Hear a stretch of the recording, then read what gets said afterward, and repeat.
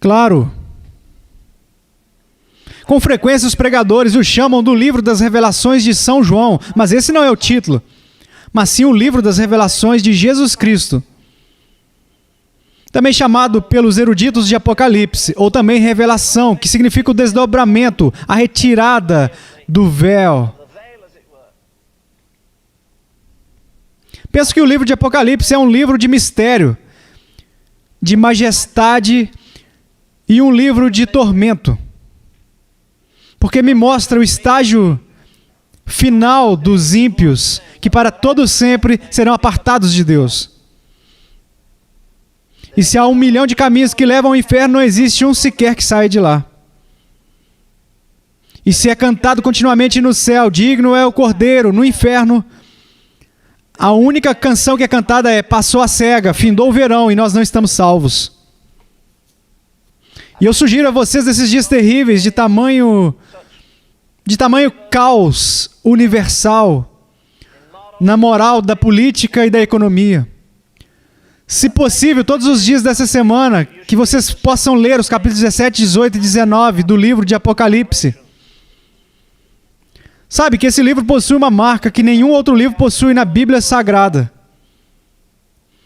Porque no capítulo 1, versículo 3 diz: bem-aventurado aquele que lê e os que ouvem. Porque existem muitas pessoas que leem, mas não ouvem.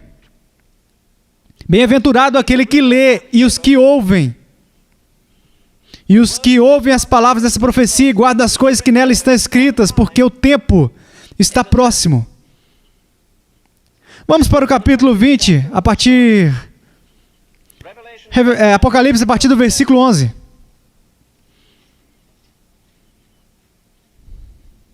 E vi um grande trono branco, e o que estava sentado sobre ele, de cuja presença fugiu a terra e o céu, e não se achou lugar para eles.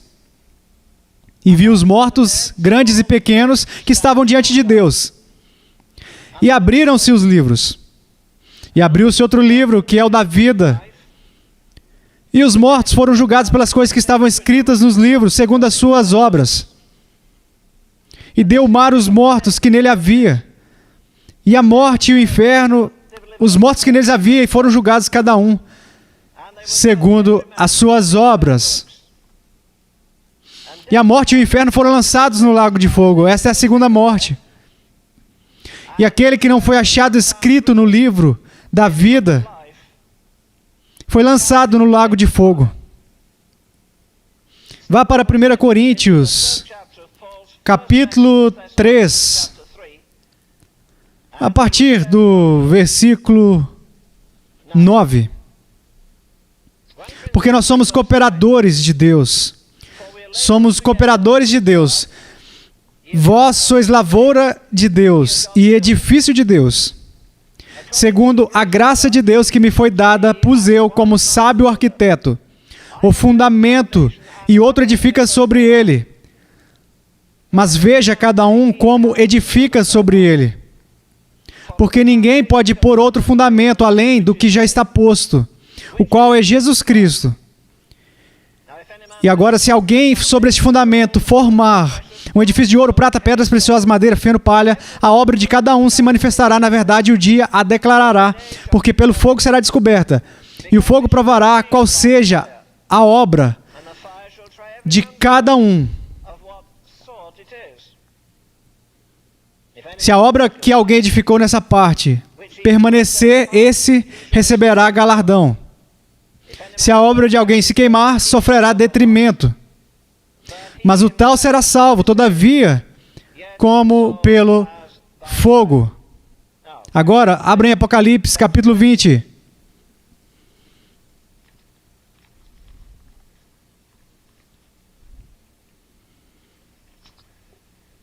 O julgamento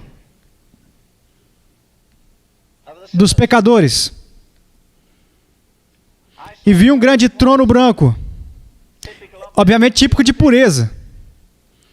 E o que estava sentado sobre ele. Quando lemos essas coisas, é como se passassem nas nossas mentes, mas ouça essa coisa terrível, de cuja presença fugiu a terra e o céu, e não se achou lugar para eles. e vi os mortos, grandes e pequenos, que estavam diante de Deus e abriram seus livros. Vários títulos foram dados a esse terrível evento. John Wesley o chamou de o grande veredito. Billy Sunday, de sua forma maravilhosa, o chamou de feriado de pagamento. Um pregador do interior, uma vez, o chamou de a última rodada.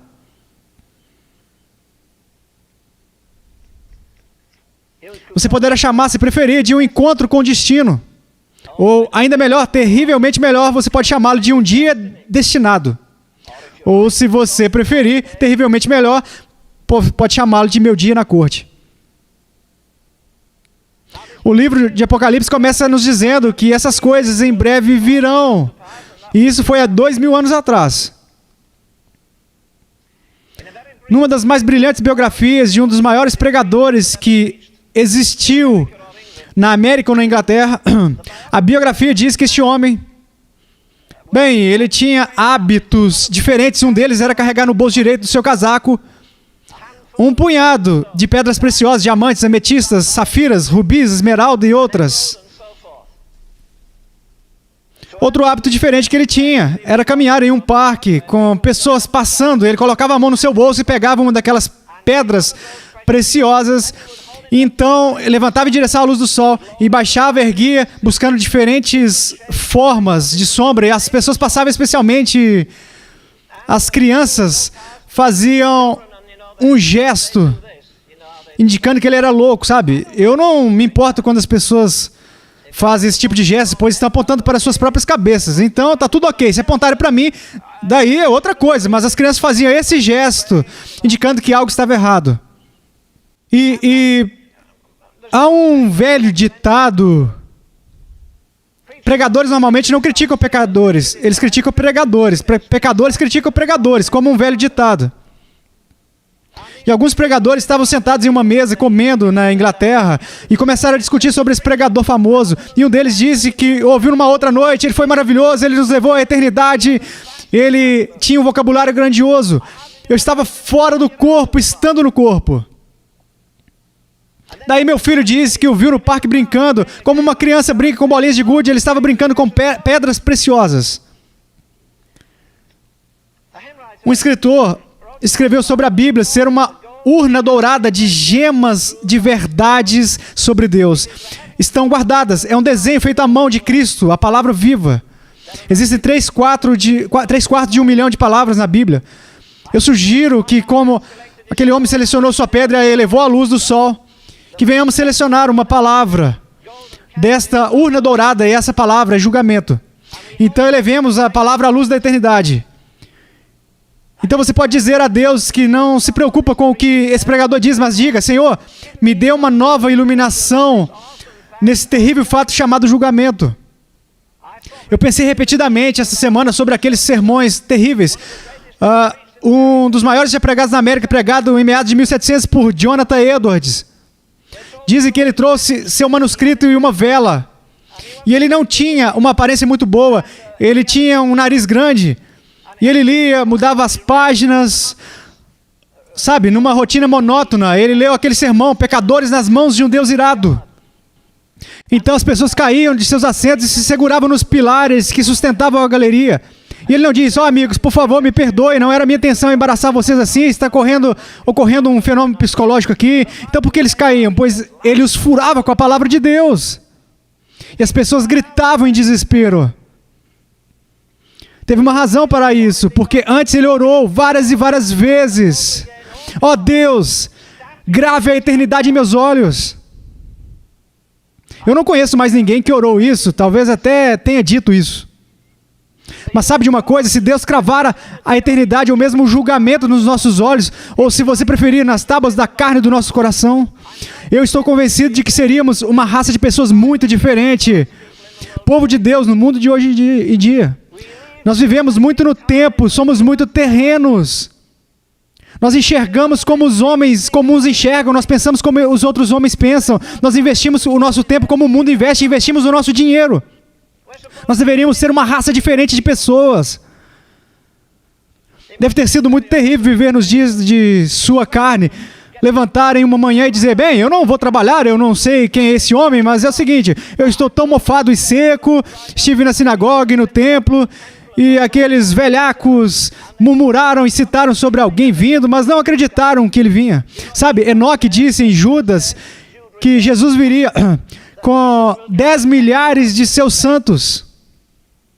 Por que ele não veio dessa maneira na primeira vez? Por que ele não veio varrendo o céu na noite mais escura de Jerusalém? Por que ele não veio com 10 mil anjos? Por que ele não veio com o sol das trombetas? Por que ele não veio ao mundo assim? Ele não veio ao mundo dessa maneira. E quando ele veio, eles não creram que alguém vestido de carne e sangue, caminhando ao redor, tendo que comer e beber e fazer tudo o que eles faziam, era o Filho de Deus. Mas ele começou a tumultuar Jerusalém. E você poderia entrar na cidade e dizer, bem, tem negócios em Jericó, tem que cuidar de algumas coisas. Por que você está tão animado? É por causa desse homem, Jesus, esse camarada que perturba a sinagoga e é criticado pelos sacerdotes. E sabe, ele faz milagres maravilhosos. Ele faz os surdos ouvirem. E ele expulsa os demônios das pessoas e cura a lepra. E sabe o que ele fez ontem?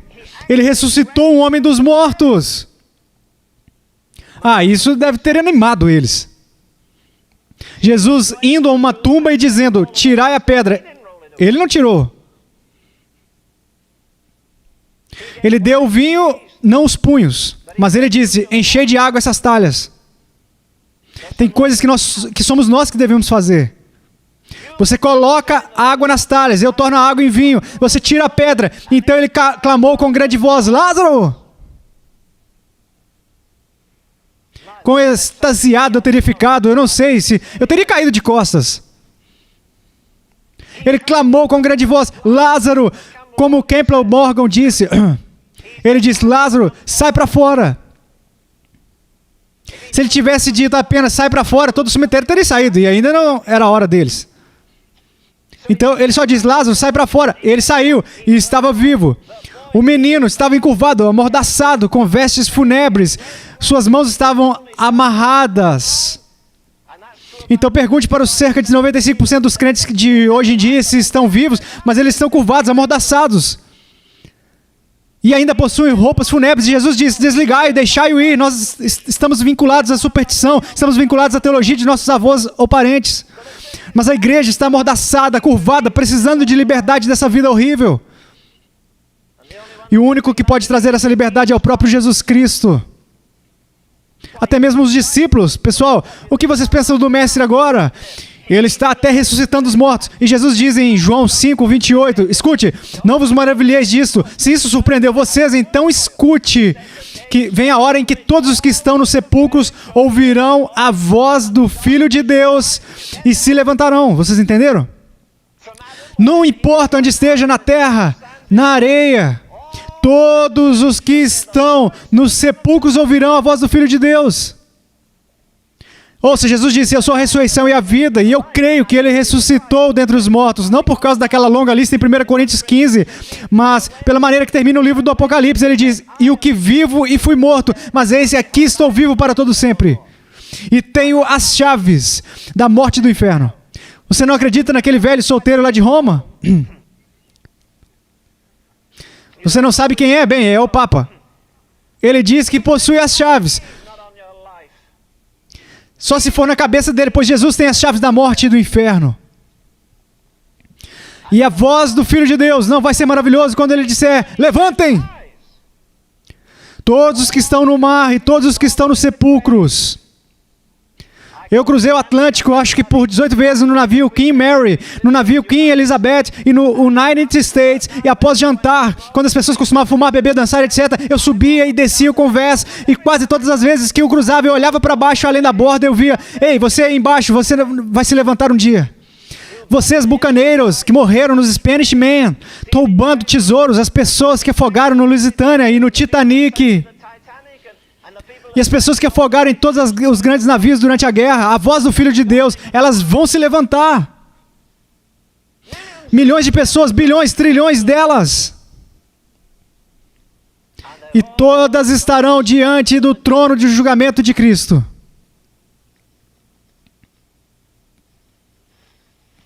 vai ser um espetáculo. Onde vai ser isso? Eu não sei.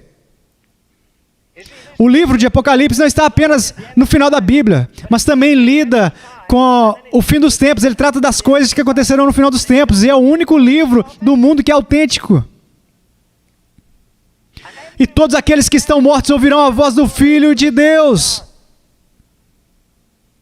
Olhe no capítulo 6 do livro do Apocalipse. Versículo 12. E havendo aberto o sexto selo, olhei, e eis que houve um grande tremor da terra, e o sol tornou-se negro como saco de cicílio, e a lua tornou-se como sangue, e as estrelas do céu caíram sobre a terra, como quando a figueira lança de si os seus figos verdes, abalada por um vento forte, e o céu retirou-se como um livro que se enrola. E todos os montes e ilhas foram removidos dos seus lugares. E os reis da terra, e os grandes e os ricos, e os tribunos, e os poderosos, e todos os servos, e todo o livre, se esconderam nas cavernas e nas rochas das montanhas, e diziam aos montes e aos rochedos: cai sobre nós, escondem-nos do rosto daquele que está sentado sobre o trono, e da ira do Cordeiro, porque é vindo o grande dia da sua ira. Ao final do livro de Apocalipse, fala-se dos redimidos, que está no outro julgamento. Eles virão e verão a sua face. Uma vez mais, Fanny Crosby, cega por 84 anos, e quando alguém diz para ela: é uma vergonha uma grande cristã como você ser cega, você não pode ver o pôr do sol, você não pode ver as amáveis flores, você está em grande desvantagem. Ela disse: oh não, eu tenho uma grande vantagem sobre você. Sabe o que ela fez? Ela foi a primeira mulher da história americana, cega como era, a discursar em uma sessão do Congresso americano, tanto aos senadores como aos deputados, a todos ali. A primeira mulher da história, uma mulherzinha cega, e disseram a ela: você nunca viu o pôr do sol, Deus negou tanto a você. E ela disse: meu caro, eu tenho uma grande vantagem sobre você. Como assim tem vantagem? Então ela disse: você não entende que o primeiro rosto que eu verei será a face dele? Você acredita que ela escreveu várias canções sobre o rosto dele, sobre ver o seu rosto? Teremos vertigem quando virmos o rosto dele. Mas aqui os grandes homens, os ricos e os líderes e os poderosos, e vimos os mortos, grandes e pequenos, todos os reis da Inglaterra, os marajás da Índia, os multimilionários, os bilionários. Todos esses milionários e bilionários, todos comparecerão um dia no trono de julgamento de Cristo. Você pode imaginar isso? Para prestar contas pelas obras feitas no corpo. Bem, claro, se você tem um julgamento, você precisa ter um juiz. Eu não tenho imagem de Cristo em minha casa, pois não acho que alguém deveria fazer qualquer imagem de escultura ou semelhante dele, e ninguém sabe como Cristo se parecia.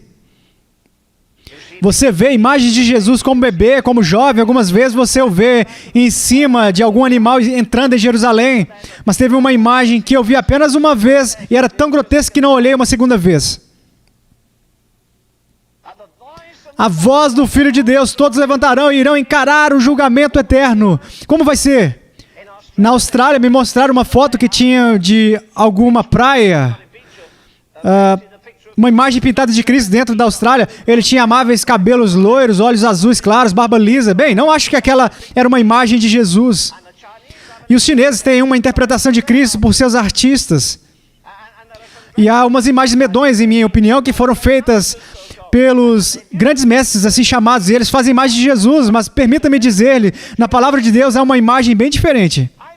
Eu creio que a igreja de Jesus Cristo necessita de uma nova revelação da majestade de Deus. Trata-se de quem? Trata-se do Rei dos Reis. E ele é o juiz dos juízes. Trata-se do tribunal dos tribunais. E não há qualquer tribunal de apelação depois desse. A sentença é final.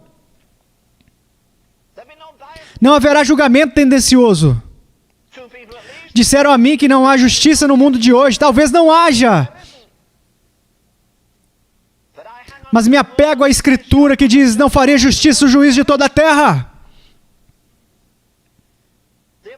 O apóstolo Paulo tinha uma imagem de Jesus, não como um cordeiro em seus braços, não como os vidrais em nossas chamadas catedrais, onde Jesus parece poeticamente feminino.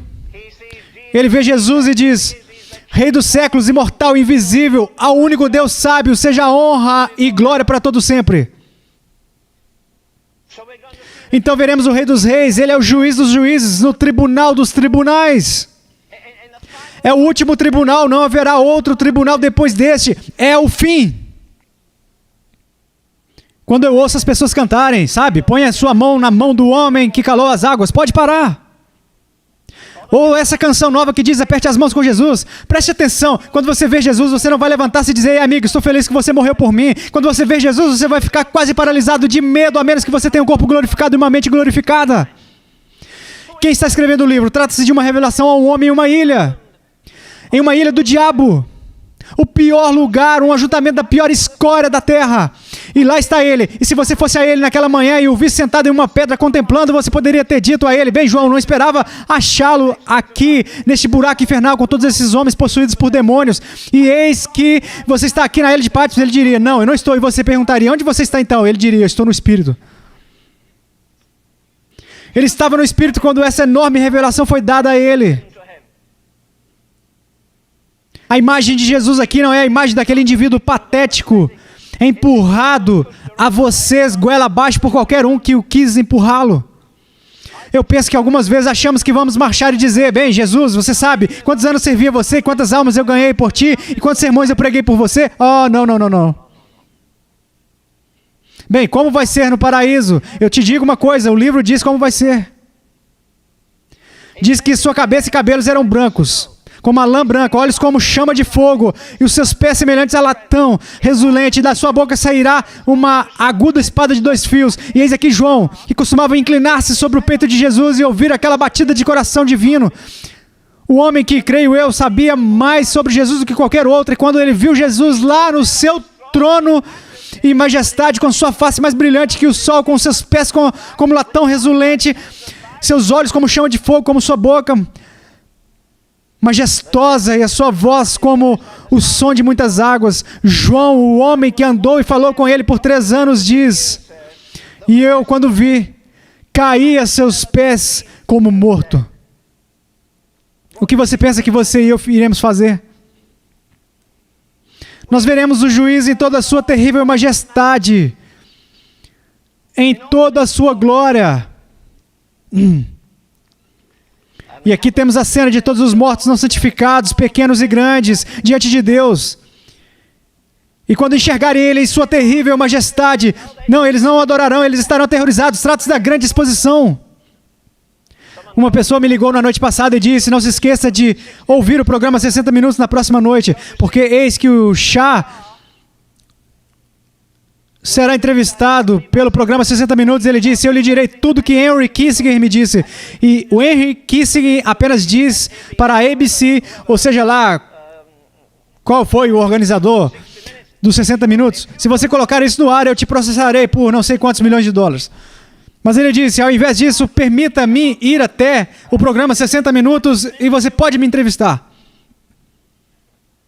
Então eles disseram que tudo bem, mas essa semana ele correu, disse que não viria. E eu entendo que essa noite eles nos dirão o que o Shah disse e os acordos que fez. Oh, sim, o Sr. Kennedy escapou do seja lá o que aconteceu em Chappaquiddick.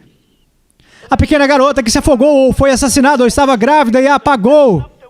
Mas o Sr. Kennedy esqueceu de uma coisa, que ele seria exposto no trono do julgamento de Cristo. Eles não conseguiram achar aqueles 18 minutos na gravação do Sr. Nixon. Bem, mas eu digo a eles que existe uma gravação perfeita deles.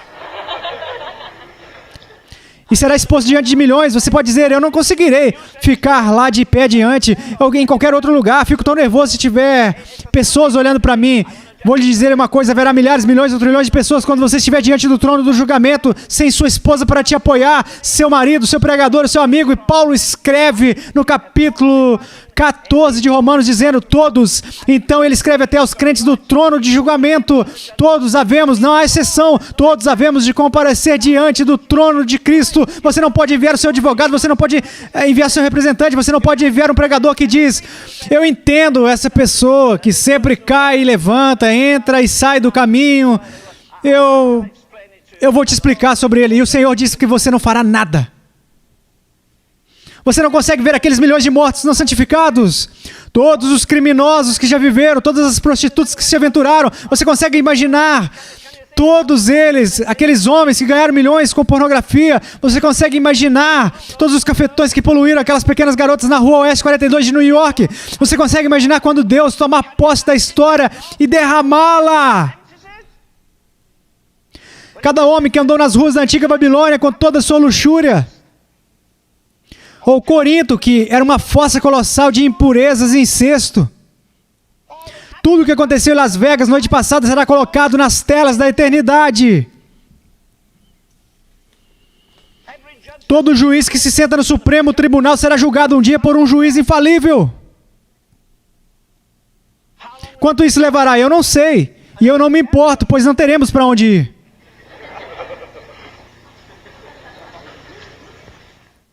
Eu acho que uma das alegrias da eternidade será que os redimidos verão todos os não santos serem julgados, mas esses não verão os santos, pois eles não estarão lá.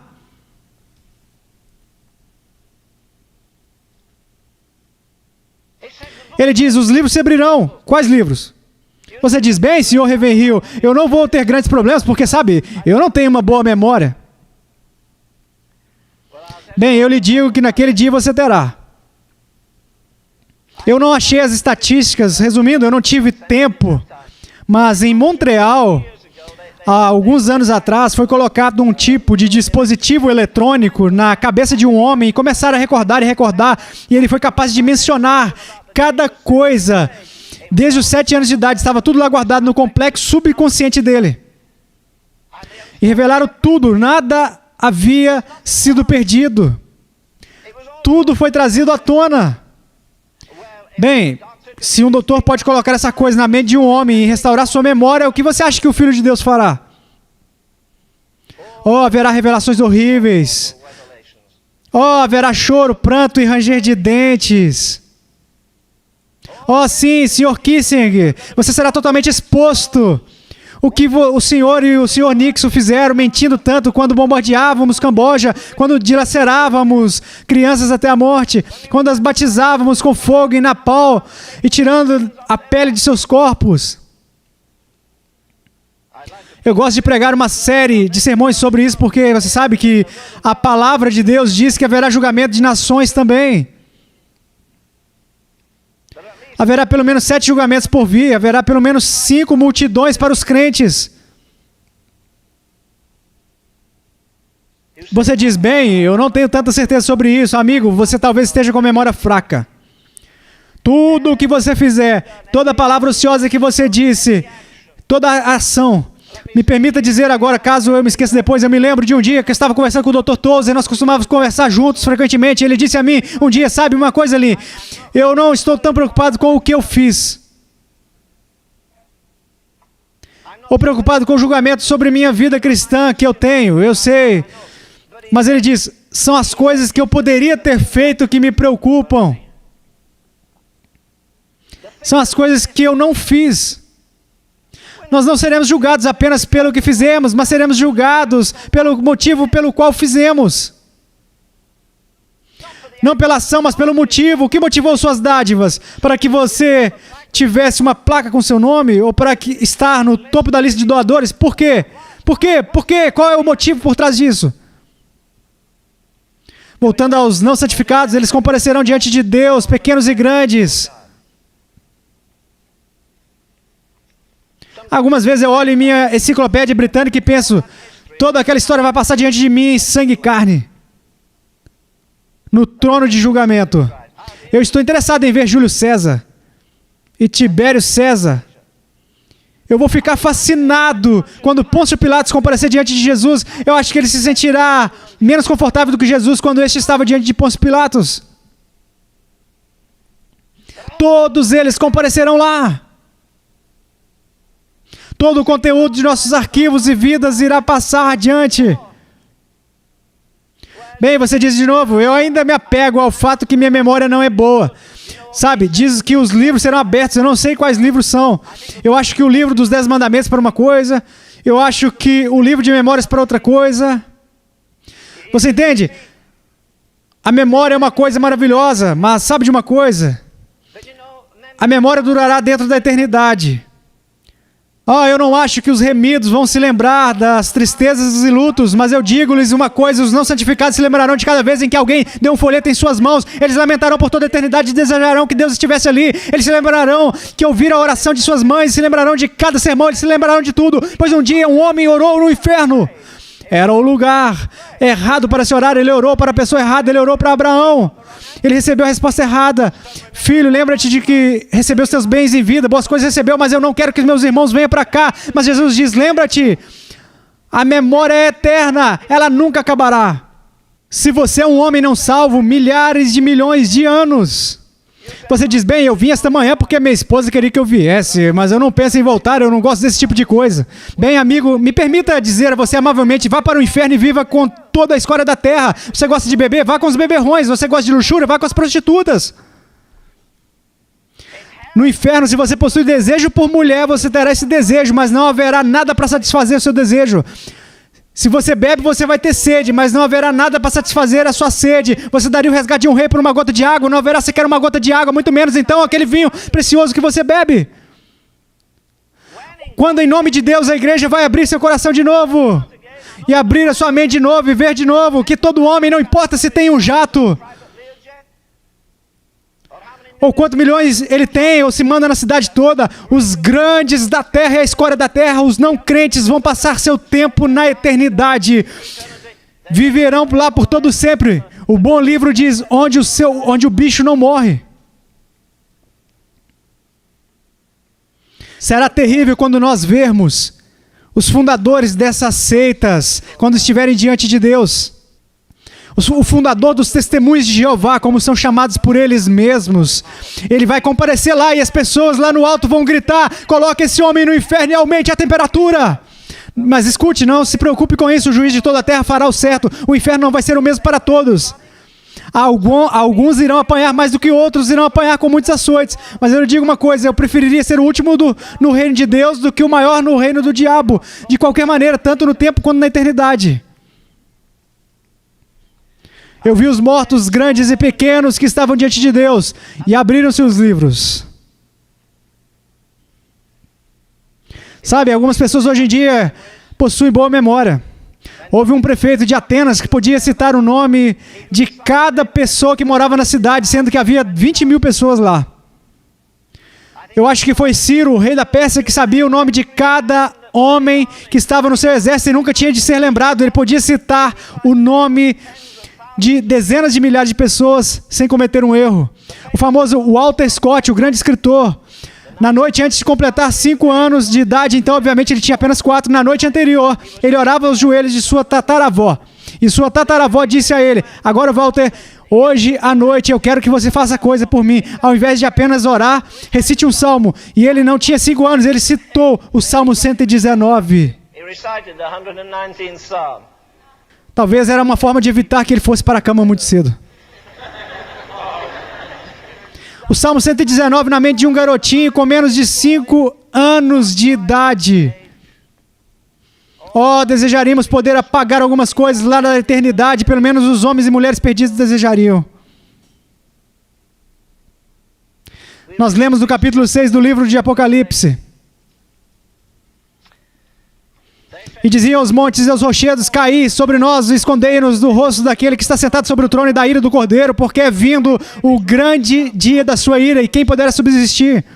E ele diz no capítulo 9, versículo 6, e naqueles dias os homens buscarão a morte e não acharão, e desejarão morrer e a morte fugirá deles.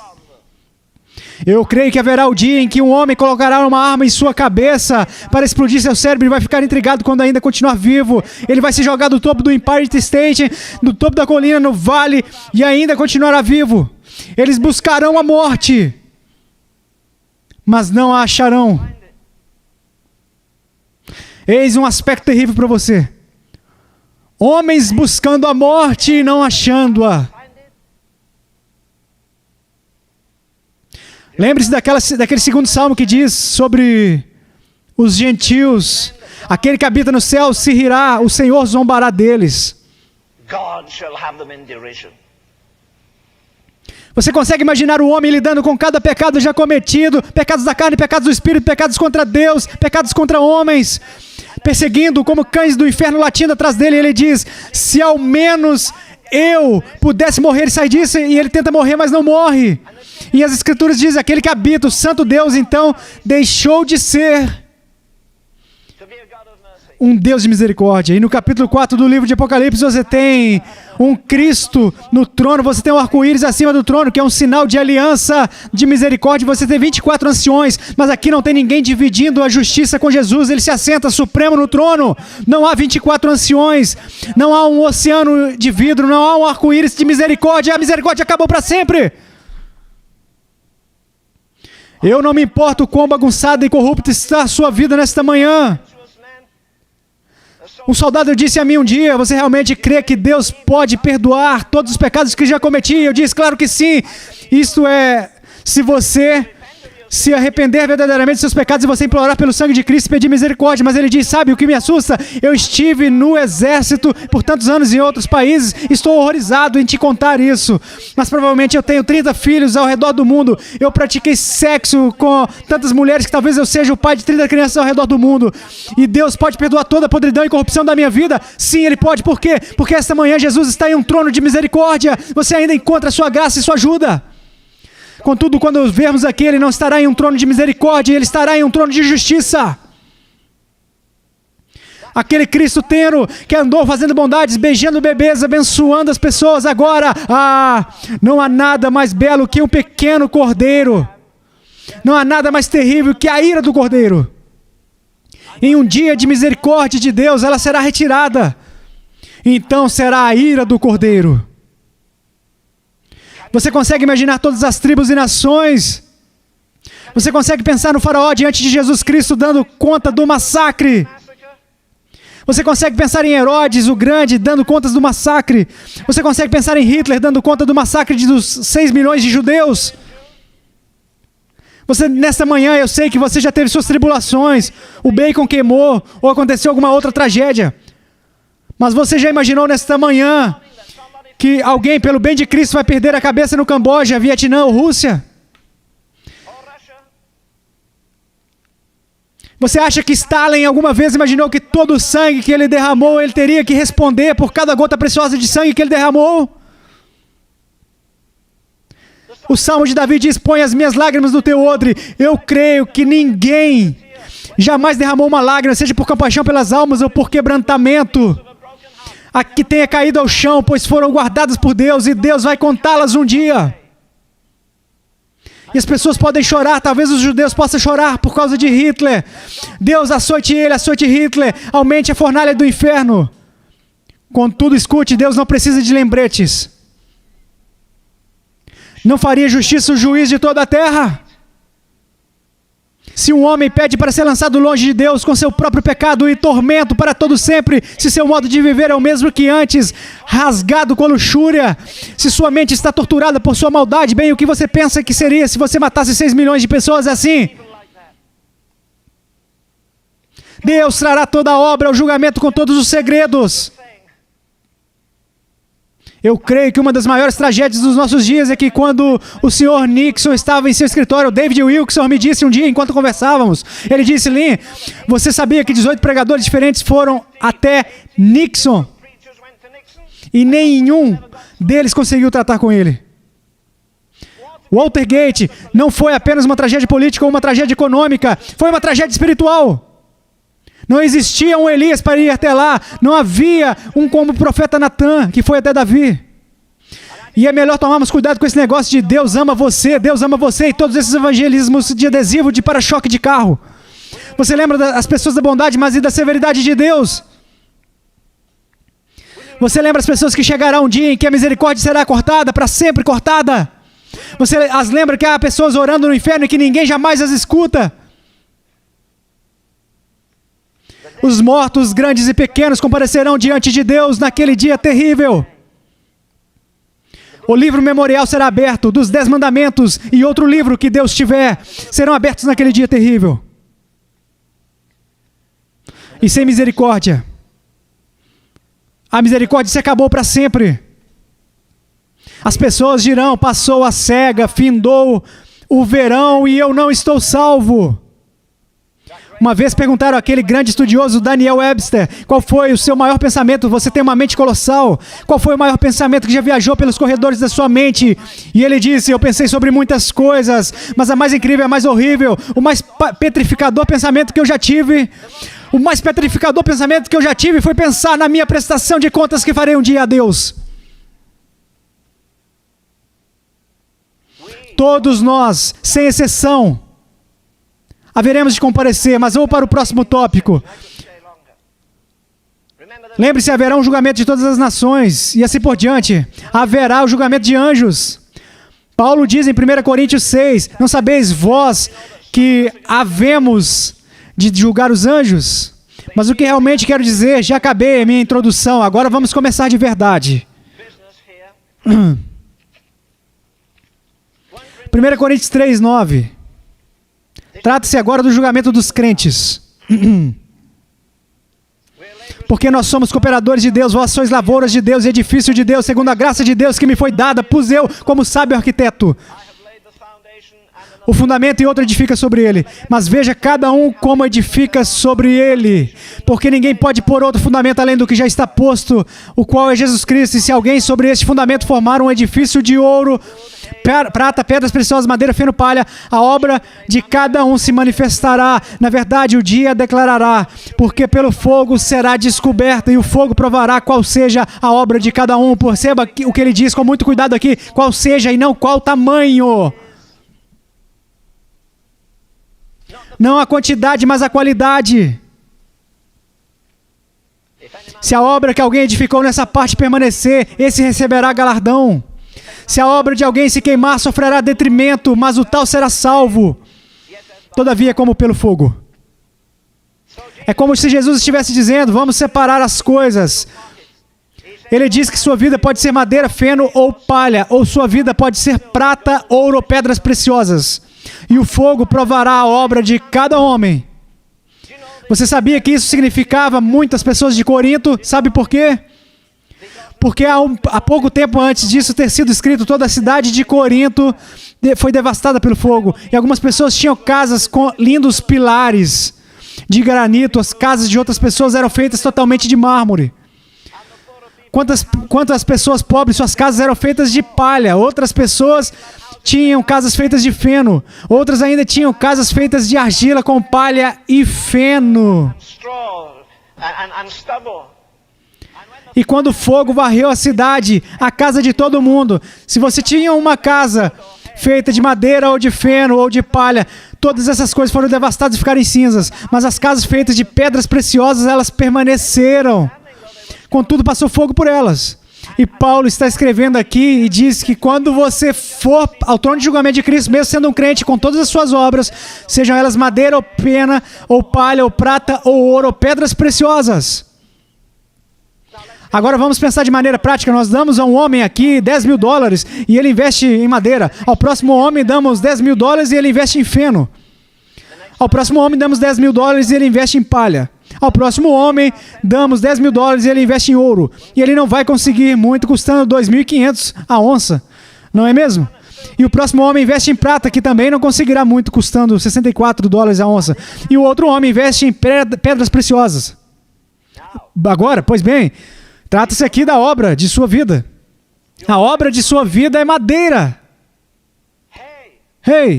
Feno, palha e o fogo. Se lembre, nosso Deus é fogo consumidor. Claro que Deus é amor. Mas Deus também é fogo consumidor. E toda a nossa vida, no momento em que você começou a testemunhar de Cristo, todo o seu serviço, todo o seu labor por Ele vai ser mostrado. Entenda. Agora escute. Nada da sujeira, da pária, do inferno estará lá. Não será maravilhoso entrar lá quando você ver todos os redimidos de todas as eras, quando você olhar lá e dizer, olha ali está fulano, mas eu não pensava que ele tinha essa aparência, tá tudo bem, mas ele estará lá. E todos os santos de toda a história vão estar lá. Um escritor de canções diz: a partir dos limites da largura da terra, da costa oceânica mais distante, através dos portões de pérola reluzente, na multidão inumerável, cantando para o Pai, Filho e Espírito Santo, aleluia. Sabe, existia uma velha canção e talvez nem 10 pessoas aqui poderiam recitá-la ou me dizer o primeiro verso, mas todos conhecem o refrão: ó, quando os santos marcham. Eles dançavam isso naquela rua Birmingham, aquele buraco do inferno, com todas aquelas prostitutas. Eles dançavam essa música toda noite. Ó, quando os santos marcham, eles requebram esse sentimento. Ouça, isso se refere aos redimidos, não para aquele monte de escória da terra. Trata-se dos redimidos. Ó, quando os santos marcham, você consegue imaginá-los marchando? A partir dos limites de largura da terra, da costa oceânica mais distante, através dos portões de pérola reluzentes, na multidão inumerável, cantando para o Pai, Filho e Espírito Santo, aleluia. Uma multidão do que ninguém pode numerar. Ao abrir as galerias, verei todos os santos de toda a história. Eu ficarei estupefato ao olhar a Isaías e Jeremias, e os profetas maiores e os profetas menores, e Mateus, Marcos, Lucas e João, e todos aqueles de Atos e o apóstolo Paulo, Antíquico e todos os demais personagens estranhos. Não será maravilhoso dizer: veja que eles são os homens que andaram com Jesus, veja que ele é Paulo com todo o seu intelecto colossal de Deus. Ele escreveu 14 epístolas, foi por toda a Ásia Menor. Ele não sentava-se em um jato e dizia: ó, quão grande tem sido o Senhor para mim. Não, Senhor. Ele foi chicoteado 195 vezes, ele esteve cansado em jejuns, em dor, em tribulações, em angústia, em fome, em nudez, etc. Em tribulação pelos falsos irmãos e em perigos do abismo. Você acha que um homem dessa envergadura receberá 2 quilates como recompensa por uma vida como essa? Você só receberá recompensas. A graça é gratuita, mas as recompensas não. Você pode dizer: você está falando de obras? Claro que estou. Jesus falou disso, Deus falou. Você sabia que alguns santos, de novo, julgaremos a terra? Não será uma tarefa incrível. Eu não vou querer ser um talvez, eu nunca serei talvez, eu serei talvez. Deus ordenará, eu deveria fazer isso, pronto. Você consegue ver todos os santos mortos alinhados lá. Todos os santos do Antigo Testamento, todos os santos do Novo Testamento. Eu espero que o Senhor, eu não posso lhe dar qualquer conselho. Eu acho que tento impressionar algumas vezes, mas eu não posso dar ao Senhor qualquer conselho. Eu gostaria de ver em destaque todas aquelas esplêndidas pessoas que oraram. Oh, Deus, isso não seria tremendo? Sabe, quando você vê uma convenção política, você vê pessoas segurando faixas, Cincinnati ou qualquer outro lugar, talvez haverão faixas: eis os guerreiros da oração, eis os grandes sofredores, eis os que se sentiram dores de parto, eis os missionários, eis os falhos. Bem, de qualquer maneira, haverão todos os tipos de pessoas listadas naquele grande dia. Vai ser uma coisa tremenda. Sua vida é feita de madeira, muito bonito. $10.000 não compraria, muito magno hoje em dia, não é? Mas quando o fogo chegar ao que você tem, tudo o que você tem será aquela madeira queimando abaixo até virar cinza, talvez até a altura do seu tornozelo, e isso é tudo que sobrou. Eu ouvi uma mulher dizer não faz muito tempo: bem, louvado seja o Senhor, porque estou feliz que não terei que prestar contas de nada quando eu for para o céu, pois não há condenação para os que estão em Cristo Jesus. Espera um minuto. Você não pode isolar uma passagem bíblica por si mesma. Não há condenação por nossos antigos pecados. Você não está muito feliz nessa manhã? Alguma vez você parou para pensar no porquê Deus tivesse continuar dizendo a Israel: lembre-se quando vocês eram escravos no Egito, lembre-se do seu pecado, lembre-se de sua iniquidade.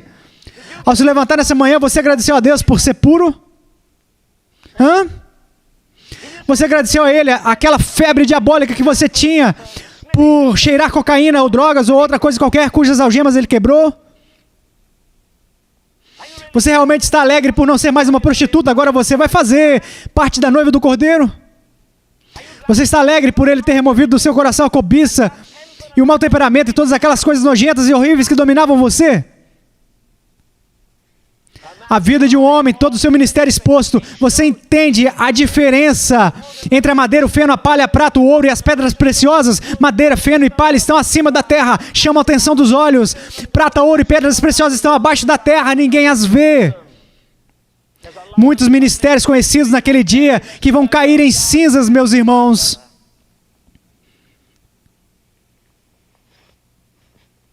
Você diz: bem, não diz que os cristãos serão julgados fora dos livros. Claro, creio que diz sim. Onde? Em Malaquias. Diz que Deus tem um livro de memórias. E eu acho que lhe faria bem, antes de ir para a cama toda noite nessa semana, perguntar a Deus: o que você pôs em seu livro hoje para a minha vida? Não tem que ser um ato maravilhoso. Você poderia adorar a Deus em um trator. Não é a melhor maneira, mas mesmo assim você poderia fazer. O fogo vai pegar em toda a vida do homem e queimá-la, e só vai sobrar cinzas. Madeira, quanto ao feno? Bem, se você investir $10.000 em feno, você terá muito. Sim, mas você terá muitas cinzas também quando o fogo pegar nele. Quanto à palha, talvez você possa comprar metade da palha do Texas por $10.000. Mas, rapaz, você terá uma bagunça quando o fogo pegar nela. Ao invés de cinzas em seus calcanhares ou cinzas em seus joelhos, talvez terá cinzas no seu nariz, e então você ficaria enterrado com a vida, madeira, feno, palha. Eu costumava ter problemas com esses rapazes sempre mendigando, sabe? E isso faz você pensar se alguns cristãos realmente têm corações de carne. Eles gastam dinheiro com manutenção de seus jatos. Eu creio que cada centavo que veio a Agapia e cada centavo que veio a A. Roberts ou qualquer outra pessoa será dado conta no trono de julgamento de Cristo um dia. Jesus falou desses homens que tomam as casas das viúvas. Isso é o que eles estão fazendo aí agora. Eles não estão satisfeitos com você ter dado enquanto vivia. Eles querem que seja dada a sua casa a eles. E você deixa isso em seu testamento, e ao deixar você terá o melhor lugar no céu. Não acredite nisso, isso é uma mentira diabólica. Eles prestarão contas a Deus naquele dia, mas eu creio que nós prestaremos contas também. Um irmão estava me dizendo essa semana, quando ele foi batizado, e de repente, quando submergiu nas águas, ele percebeu que sua carteira estava no seu bolso. Bem, não são muitas carteiras que são batizadas. Dizemos assim: Senhor, você cuida dos meus pecados, eu cuidarei do resto. Cada centavo que você ganhou desde que você se tornou propriedade de Jesus Cristo, você prestará contas diante de Deus. Ele não toma somente seus pecados, ele toma você, ele toma o governo da sua vida. Tem uma montanha assustadora de dinheiro sendo mal investida. Sabe o que eu penso? Eu posso não estar certo. Normalmente eu estou, mas posso não estar precisamente certo nisso. Mas sabe o que eu penso? Eu penso que atualmente a moral da nação vai piorar mais e mais. Este será o ano mais difícil que já vivemos. Eu disse a alguns de vocês 3 anos atrás que um homem importante me ligou tarde da noite e disse: irmão Ravenhill, as próximas 3 semanas americanas serão as mais importantes semanas da história da América. Um dos mais famosos pregadores do país me ligou quase que meia-noite e disse: sabe de uma coisa, eu cheguei à seguinte conclusão: Deus Todo-Poderoso já tirou suas mãos da América. Por um simples motivo: tínhamos tanta luz e a rejeitamos. Carter Call faz uma mudança para a direita. Ele faz para a direita, mas ainda está na esquerda. Toda mudança que ele faz é uma contramudança que o faz afundar mais e mais. E não é apenas verdade que vivemos em um mundo de políticos falidos. Nós vivemos em um mundo, e isso é o mais trágico de tudo, de uma igreja falida. Não é maravilhoso pensar que todas essas coisas, nós cantamos: ó, isso será glória para mim, amigo, você está tropeçando. Vou acelerar, pois o tempo está acabando. Sua vida é madeira, o fogo consumirá. Feno, o fogo consumirá. Palha, o fogo consumirá. Mas se a sua vida for prata, ouro e pedras preciosas, o ouro é sinal do quê? Creio que ouro é sinal da nossa devoção a Deus. Você não consegue muito ouro por $10.000 hoje em dia. Se eu tivesse uma pequena máquina de derreter aqui, eu colocaria os seus $10.000 em ouro dentro e apertaria os botões. O que acontece quando você queima o ouro? Nada. Tudo o que acontece é mudar de sólido para líquido, mas você não o reduz. Você consegue imaginar todos os santos de toda a história, e Leonardo Ravenhill estará lá diante de Cristo, cujos olhos estão cheios de santidade, onde o lugar aspira a santidade, onde existe toda a majestade de um Deus terrível. E você lê a memória de minha pobre vida diante de todos os santos de toda a história.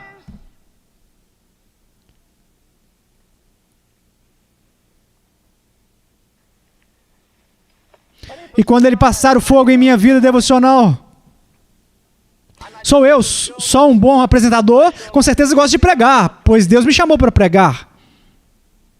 E eu não me importo como prego, e nem me importo se você acredita em mim ou não. Eu não sou responsável por isso. Eu prego de todo o meu coração sobre tudo o que eu acredito, e eu morro por isso.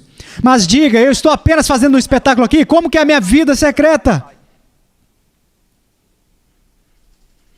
Falávamos mais cedo, ontem eu acho, sobre a mulher que levou um vaso de alabastro, com unguento, sabe? Eu li sobre essa história por anos e eu ouvi, preguei sobre ela antes de eu perceber que ela foi só por uma razão somente, ela foi para adorar Jesus, como você sabe? Porque o presente que ela trouxe era a coisa mais valiosa que ela tinha para dar, como você sabe? Porque ela nunca disse uma palavra enquanto estava lá, como você sabe? Porque ela disse a si mesma, eu não vou lavar os pés dele com água, eu os lavarei com lágrimas e não secarei seus pés com uma bela toalha, eu secarei seus pés com os meus cabelos. E ela derramou aquela fragrância cara, então ela enxugou seus pés. Então o que aconteceu? A fragrância que ela derramou nele voltou para ela. Porque minha vida não é mais perfumada, porque você não gasta tempo para ser santo, porque você pensa que se você juntar todas as coisas que você tem para aumentar seu conhecimento em todas as escolas bíblicas, que isso vai ser, não. Deus não vai medir seu intelecto, o tamanho da sua cabeça. Ele vai provar com o seu fogo. Minha vida devocional.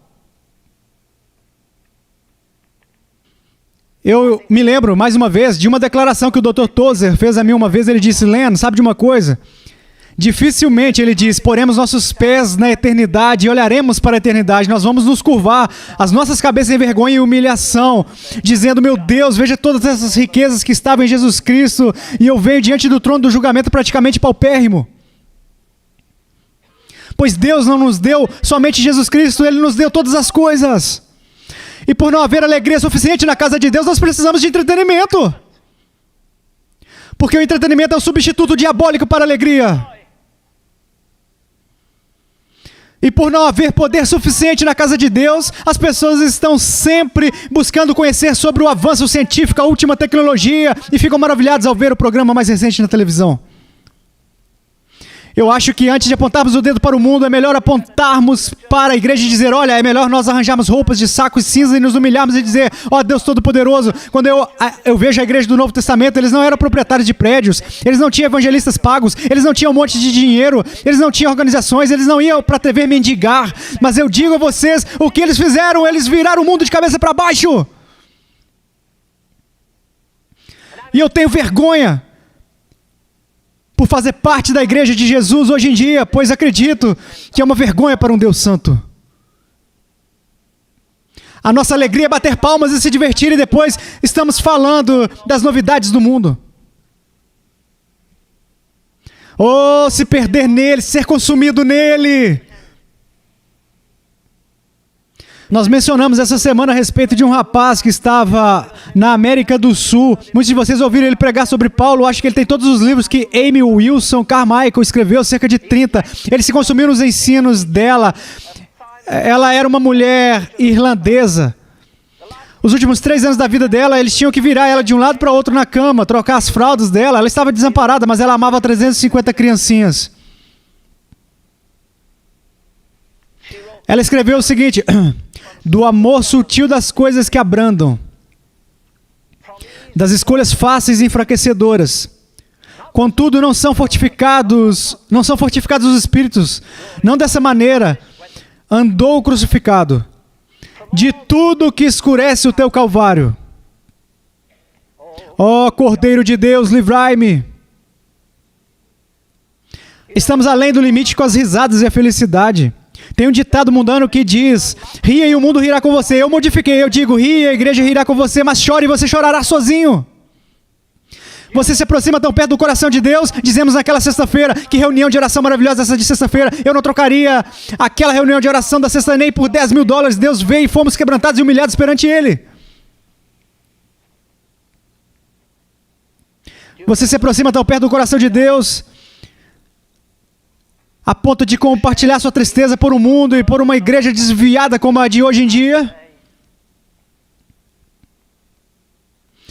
Ele pode compartilhar seu sofrimento com você.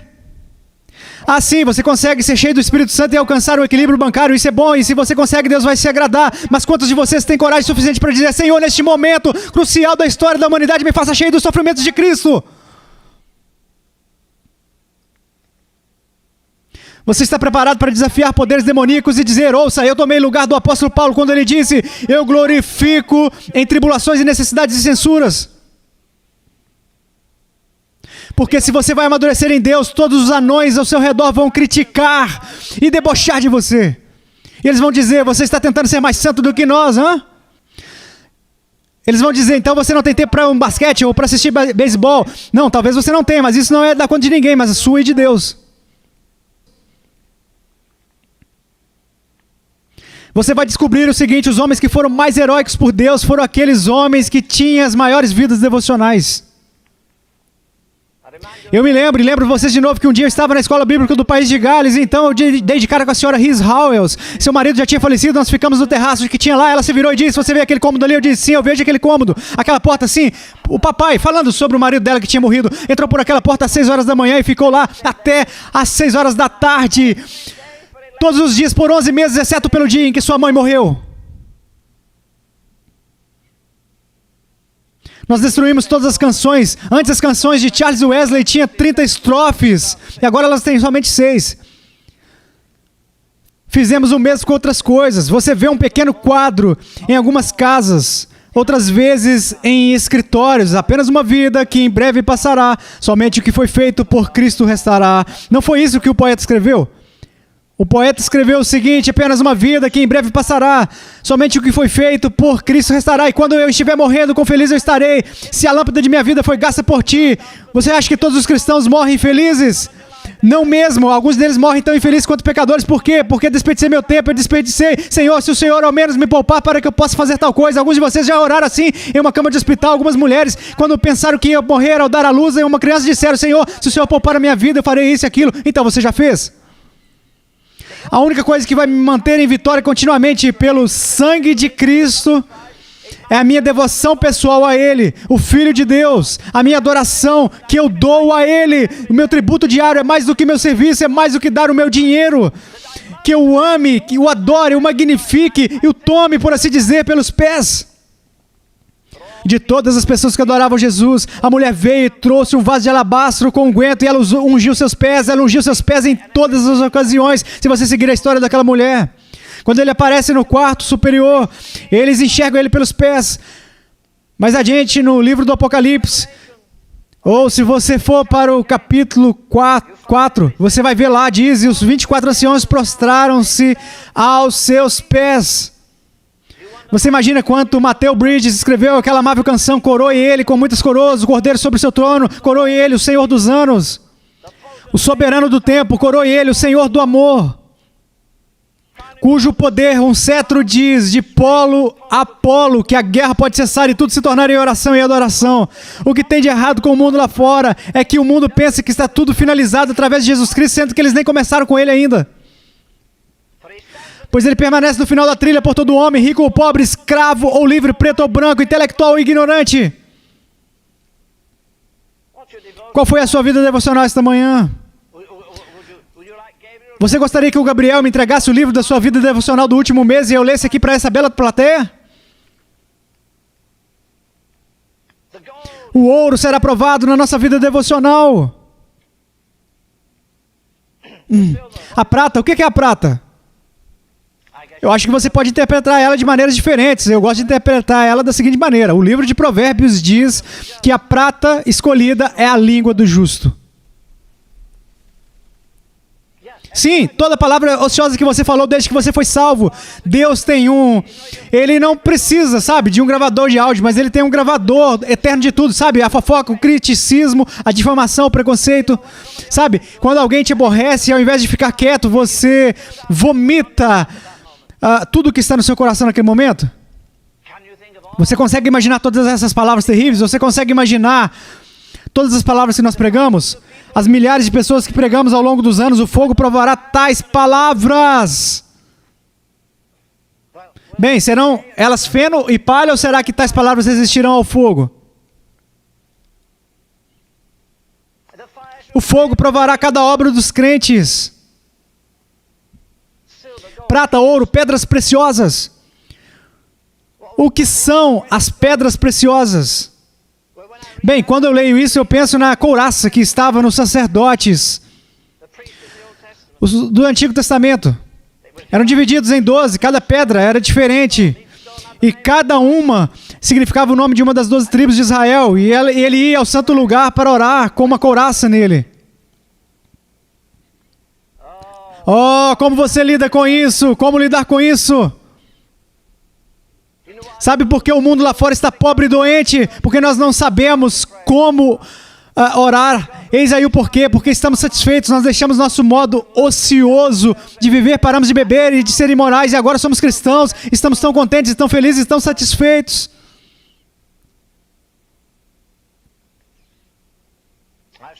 Eu disse muitas vezes, eu digo de novo nesta manhã, nenhum homem é maior do que sua vida de oração. Eu não me importo com suas organizações ou suas...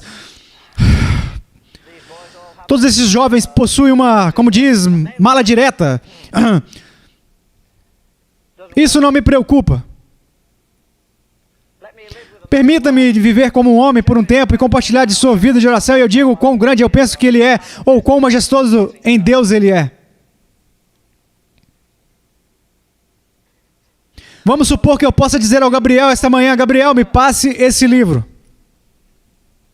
Vamos prever a eternidade. Aqui estamos milhões de pessoas, todos os guerreiros da oração. A América produziu grande parte deles. Quanto ao orador Payson de Portland, Edward Payson, havia estrias do seu lado onde ele costumava orar e orar e orar. E quando limparam o seu corpo para enterrá-lo, encontraram almofadas em seus joelhos, como nos camelos. Da mesma maneira encontrado na história que diz que Tiago possuía joelhos de camelos. É a tradição que diz isso. É um fato notório que Payson os tinha. E quando estavam limpando ele, alguém disse: que joelhos anormais com calos grandes. Sim, pois ele costumava orar ao lado da sua cama com vigor. E naquele chão duro se fizeram relevos assim, cerca de 15 a 17 centímetros de largura, onde ele costumava orar e interceder. Orador Payson de Portland. Muitos de vocês podem comprar um livro em alguma livraria se tiverem dinheiro, chamado O Homem que Orava, sobre John Hyde. Eu conheci uma pessoa que costumava orar e me disse que coisa maravilhosa era orar na Índia. Sabe, nós pensamos que temos uma mensagem que temos que semeá-la aqui, ali, correr para lá, depois pegar um avião ali e ir para colar. Não, não, não. Esse não é o grande mistério. É bom, Deus o ordenou. Mas o grande ministério, tenho certeza, é o ministério da intercessão. Vamos pedir ao Gabriel que nos passe o livro. Vamos olhar para todos os apóstolos e todos os santos da história. Eis Finney, com seu tremendo avivamento. Eis William Booth, fundador do Exército da Salvação. Eis John Wesley. E eis todas as figuras heróicas, todos lemos sobre eles. E estão todos assistindo. Enquanto o livro é passado e alguém vai ler o conteúdo. Você seria voluntário? Você poderia dizer: eu ficaria feliz se você lesse minha história para essa multidão? Vamos supor que eu diga: ô Gabriel, me passe a história de 1724. Eu abro o livro ali. Naquele ano, vou abaixo na letra D, David Brenner, um jovem americano que morreu aos 28 anos. Tudo que ele possuía era uma pele de animal que ele usava com uma corda em volta do corpo. Ele cavalgou pelo rio Susquehanna, seguindo os índios. E ele tinha tuberculose. Daí ele diz: eu acordei essa manhã e os índios ainda cometiam adultério e ainda bebiam, batendo seus tontons e urrando como o próprio inferno. Então não tinha lugar para ele orar. Então ele disse: fui para a floresta e me ajoelhei na neve que estava até meu queixo. E fazia 30 minutos que o sol tinha nascido. Ele pesava cerca de 43 quilos. E não, ele não tinha um aquecedor ou coisas assim. Ele simplesmente estava lá naquela neve congelante. Meia hora após o sol nascer, ele diz: eu batalhei em oração por cerca de 12 horas. Ele disse com aquele inglês arcaico. Ele disse de forma que o sol se punha e eu só podia tocar a neve com as pontas dos meus dedos. A neve estava no seu queixo quando ele começou a orar. Então a intercessão daquele rapaz de 43 quilos, o suor do corpo dele fez com que a neve derretesse. Deus tem pena de nós não conseguimos trazer as pessoas para a nossa igreja. E olha que nós temos almofadas de veludo nos assentos e bons pisos para que os nossos joelhinhos possam se dobrar e não se machuquem. E meu irmão, nós não conseguimos fazer com que as pessoas venham para cá para orar. O orador Payson de Portland, John Hyde, o grande intercessor David Brenner. Quando Deus abrir o livro de intercessões, quando Ele colocar o fogo na vida de oração deles, na vida devocional deles, eu te digo uma coisa, não haverá nada perdido. Não será madeira, feno nem palha. Eu descobri esse poema ontem. É chamado Seu Plano para Mim. Eu não tive tempo de memorizar ele. Quando eu comparecer diante do tribunal de julgamento de Cristo e Ele mostrar seu plano para mim, o plano da minha vida, como deveria ter sido, se tivesse sido do jeito dele, e eu ver como eu impedi Ele aqui, e eu desconfiei dele ali, e não abri a mão da minha vontade, será que haverá pesar nos olhos do meu Salvador? Pesar mesmo que Ele ainda me ame? Ele teria feito-me rico, mas lá estou eu pobre, despojado de tudo menos de sua graça. Enquanto a memória corre como uma caça, caminhos abaixo que não consigo retraçar. Senhor dos anos que ainda me restam, eu os dou em tuas mãos. Torna-me, quebra-me e molda-me ao modelo que o Senhor tinha planejado. Será um dia terrível. Quando eu estava na escola, eu sentava na frente, havia uma espécie de bancada, e depois da galeria de assento acima, e eu sentava nas primeiras galerias. E eu não me importava tanto com a escola, mas eu tinha muita inveja naqueles dias do capitão da escola. Ele sentava logo após o corredor, ele era o melhor jogador de futebol da escola, e era isso que eu queria ser. Ele era o melhor no cricket, e eu gostava de cricket. Ele era o melhor atleta que tínhamos, e eu gostava de correr. E ele era um artista muito bom. Ele tinha um cérebro e tanto. Se eu pudesse acumular minhas dores de estômago, eu as teria acumulado até o dia anterior aos exames finais. Mas a minha mãe era esperta, ela sabia que o que eu estava fazendo era acumular as minhas dores. Não sei como ela sabia, mas naquela manhã eu me levantei e disse: mãe, eu não me sinto muito bem, eu acho que é melhor eu ficar em casa hoje. Ao invés dela dizer tudo bem, ela dizia: você pode ficar em casa amanhã, mas hoje não. Mas hoje era o dia do julgamento. E sabe que assim que a prova era escrita no quadro negro, na lousa, assim que acabava de escrever, Renton, esse era seu nome, ele tomava o seu papel e respondia tudo. Rapaz, ele já tinha terminado 2 ou 3 perguntas antes mesmo que eu tivesse terminado de ler. Ele e um outro rapaz de lá, eles costumavam dizer: dia de exames. Ele sabia que seria o número 1 e o número 2, e todos os anos era assim, eles eram o primeiro e o segundo no quadro quando saiu o resultado. Esses garotos sempre estavam no topo, eles não tinham medo do julgamento. Eles estavam preparados para ele. E eu ainda acredito na majestade daquele tribunal eterno. Com o Rei dos Reis, o Senhor dos Senhores, o Juiz dos Juízes. Eu ainda creio que haverá um esplendor tão majestoso. Não há possibilidade de reversão. E sabe de uma coisa? Não há possibilidade de qualquer tipo de repetição, pois uma vez mais, este é o julgamento final. E para alguns Deus dirá: vem bendito. Para outros Ele dirá: apartai de mim. Eu não creio que lá haverá inveja. Eu não farei agora, mas eu poderia lembrá-los que haverá pelo menos 5 coroas para serem dadas como recompensa. Paulo diz que o Senhor dará uma coroa de justiça, da qual Ele diz que o Senhor não dará somente a mim, mas para todos aqueles que amarem a sua vinda. Haverá uma coroa para os mártires, aqueles que morreram e os que ainda hão de morrer. Há uma coroa a ser dada para eles. Coroas, coroas, coroas. Não seremos todos iguais. Há uma coroa a ser dada para eles no céu. Haverão coroas distintas. Você pode pensar no ladrão da cruz. Sim, ele estará no céu, pois ele diz: lembre-se de mim quando entrares no teu paraíso. Tenha certeza que Deus fará isso. Jesus disse que faria. Mas o ladrão desperdiçou sua vida. Pega apenas uma pessoa como John Wesley. Ele foi salvo aparentemente quando tinha 35 anos de idade. Invertendo 35 fica 53. Somando-se, ele tinha 88 anos de idade quando ele morreu em 1891. O ladrão da cruz ficou feliz em perceber que, apesar de ter vivido vilamente, Jesus retirou seus pecados. Ótimo, mas daí sugerir que esse homem que foi salvo no último tic-tac do relógio vai ter a mesma recompensa que John Wesley? Sim, Wesley levantou um medonho montante de dinheiro. E o que ele fez com esse dinheiro? Ele construiu orfanatos, ele construiu igrejas, ele fez bíblias e livros de canções. Não houve tempo desperdiçado na sua vida. Ele era metódico, sistemático. Ele foi jantar com o maior homem da literatura inglesa e este homem disse: bem, agora que você terminou de jantar, vamos folgar nossas pernas embaixo da mesa e ter um bom momento de conversa. Wesley disse: perdoe-me, eu tenho que ir, mas ainda são 9 horas da noite. Não, não, disse Wesley. Então por que você tem que ir? Ele disse: eu tenho um compromisso pela manhã, às 4 da manhã. Às 4 da manhã? Amanhã de manhã? Amanhã de manhã? Todas as manhãs da minha vida. Ele disse: com quem? Com Deus. Ele disciplinou a sua vida. Ele disciplinou o seu corpo ao comer. Ele disciplinou a sua mão dentro do seu bolso.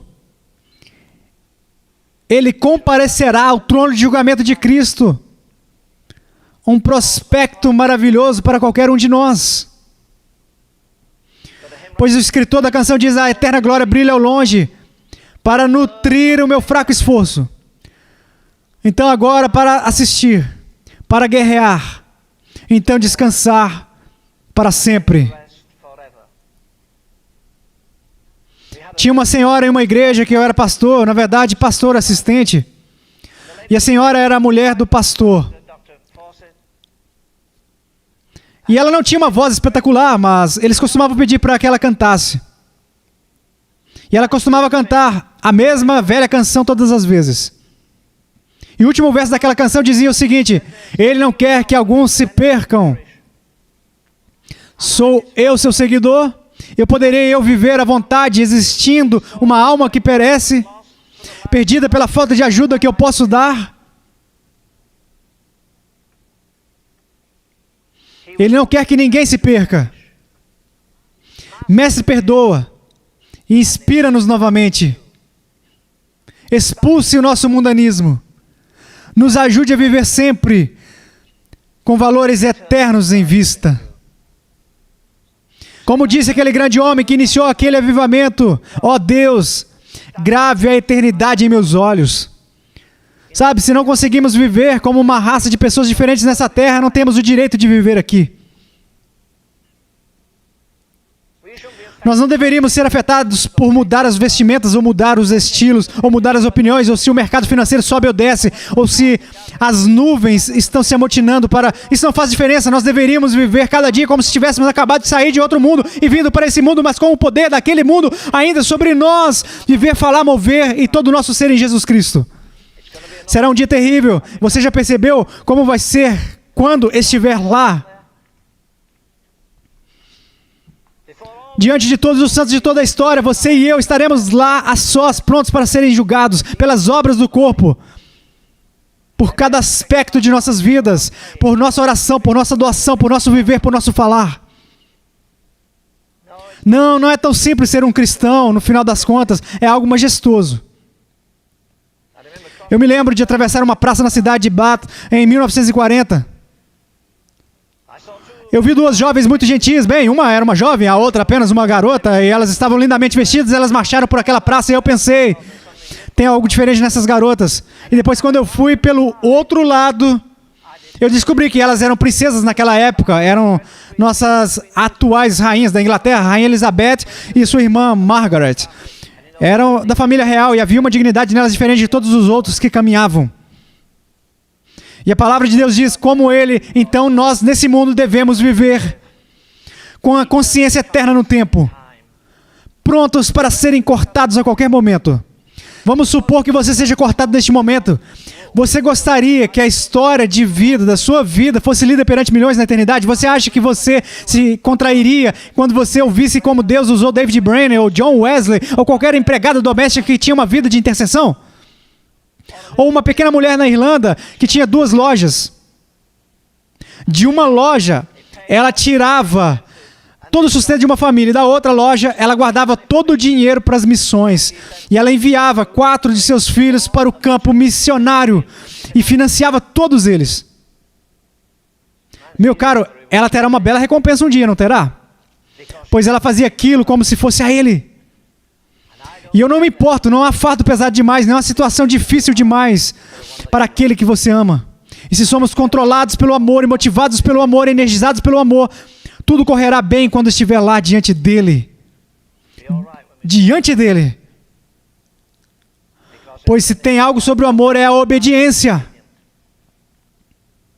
E se voltarmos a ser um povo que é realmente batizado com a obediência, submissos à vontade total de Deus, não preocupados com a opinião humana, não pedindo por mais para gastar prodigamente em nós mesmos, mas dizendo: ó Deus, eu quero essa minha vida ajustada para que quando eu comparecer na tua terrível presença, como João diz, não sejamos envergonhados com a sua vinda.